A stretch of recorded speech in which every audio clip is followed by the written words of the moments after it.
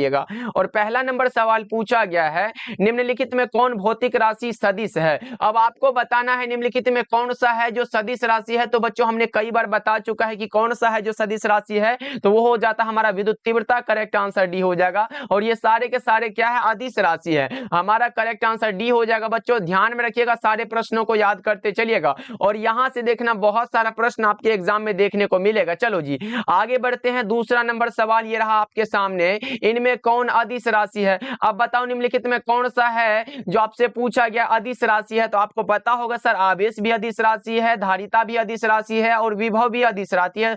उपरोक्त सभी हो जाएगा। करेक्ट आंसर डी हमारा बिल्कुल ही सही आंसर हो जाएगा।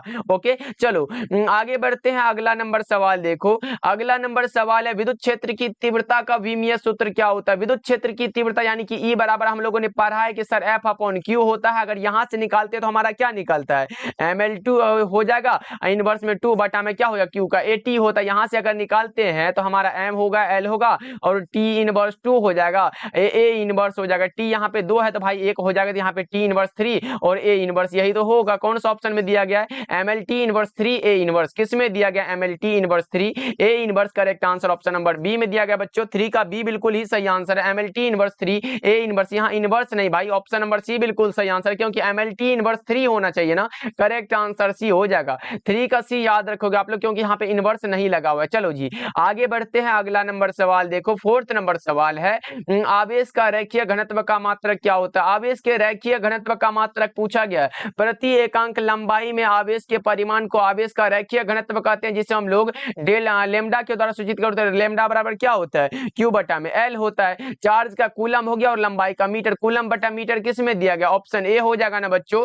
4 का ए बिल्कुल सही आंसर है। सारे बच्चे हमारे साथ आंसर को लगाते चलो और इस क्लास को एकदम ध्यान से देखो। चलो पांचवा नंबर सवाल देखिए, विद्युत क्षेत्र रेखाओं से जानकारी किसकी प्राप्त होती है। तो क्षेत्र के शक्ति की, दिशा की, आवेश के प्रकृति की, इनमें से सभी हो जाएगा। क्या 5 का करेक्ट आंसर डी हो जाएगा। चलो जी फटाफट से कर लेते हैं, क्योंकि भाई 200 ऑब्जेक्टिव है, बहुत ही कम समय में करना। देखो प्रति एकांक आवेश पर लगने वाले बल को क्या कहते हैं, विद्युत क्षेत्र कहते हैं। क्योंकि भाई प्रति एकांक आवेश पर लगने वाले बल को क्या कहते हैं, विद्युत क्षेत्र कहते हैं। ये वाला हम लोग फॉर्मूला पढ़ चुके हैं ना, तो याद रखिएगा आप लोग। चलो आगे बढ़ते हैं। अगला नंबर सवाल देखो, 7 नंबर सवाल है, परावैद्युतांक का ऐसा ही मात्रक क्या होता है। एप्सिलॉन नोट का पूछा गया। क्या बच्चा पार्टी लगा दो, 7 नंबर सवाल का जवाब क्या होगा। तो परावैद्युतांक का अगर पूछा गया हो तो वो हमारा होता है N inverse M inverse 2 C2। Correct answer D होगा। लेकिन बच्चों उसी जगह अगर हमसे पूछता 1/4 पाई एप्सिलॉन नोट का पूछता, तो हमारा दूसरा होता है जो कि इसका उल्टा होता है, यानी कि C पर पावर 2 है, इस पे C पर पावर -2 होगा। ये माइनस में है तो N हो जाएगा, उसके बाद अगर इस पे माइनस है तो M स्क्वायर हो जाएगा। यही होता है, ये 1/4 पाई एप्सिलॉन नोट का होता है और ये क्या होता है, एप्सिलॉन नोट का होता है। चलो आगे बढ़ते हैं। अगला नंबर सवाल देखो, 8 नंबर सवाल है, दो विद्युत आवेशों के बीच लगने वाले बल को नियंत्रित करने वाले नियम को कूलाम का नियम कहते हैं। बच्चों फटाफट से रिवीजन कर लो, बहुत ही इंपॉर्टेंट क्लास है आज का। चलो आगे बढ़ते हैं। 9 नंबर सवाल देखो, निम्नलिखित में कौन इलेक्ट्रॉन पर आवेश के लिए सही होता है। इलेक्ट्रॉन का आवेश हम लोग जानते हैं ना बच्चा पार्टी, क्या होता है सर। इलेक्ट्रॉन का जो आवेश होता है सबको पता है बच्चों, क्या होता है आप लोग जल्दी से बता दो। इलेक्ट्रॉन का आवेश होता है 1.6 × 10⁻⁻19 कूलम के बराबर होता है। किस में दिया गया है, तो ऑप्शन नंबर देख लो किस में दिया गया है, ऑप्शन नंबर डी में दिया गया। क्या ऑप्शन नंबर डी लगा सकते हो आप लोग। चलो जी आगे बढ़ते हैं। 10 नंबर सवाल देखो, आवेश के पृष्ठ घनत्व का मात्रक क्या होता है। पृष्ठ घनत्व का मात्रक आपसे पूछा गया, जल्दी जल्दी से लगा दो बच्चा पार्टी।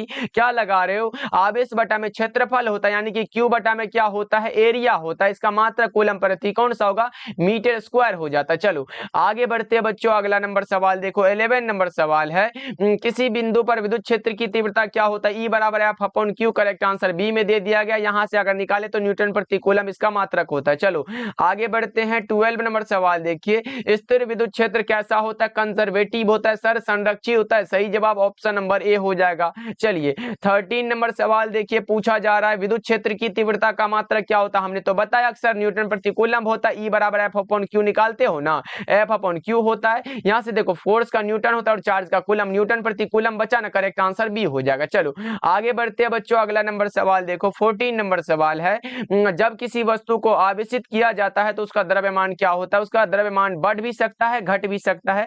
करेक्ट आंसर आपका डी हो जाएगा। चलो 15 नंबर सवाल देखिए, एप्सिलॉन नोट का मात्रक क्या होता है। एप्सिलॉन नोट का मात्रक है फैराड पर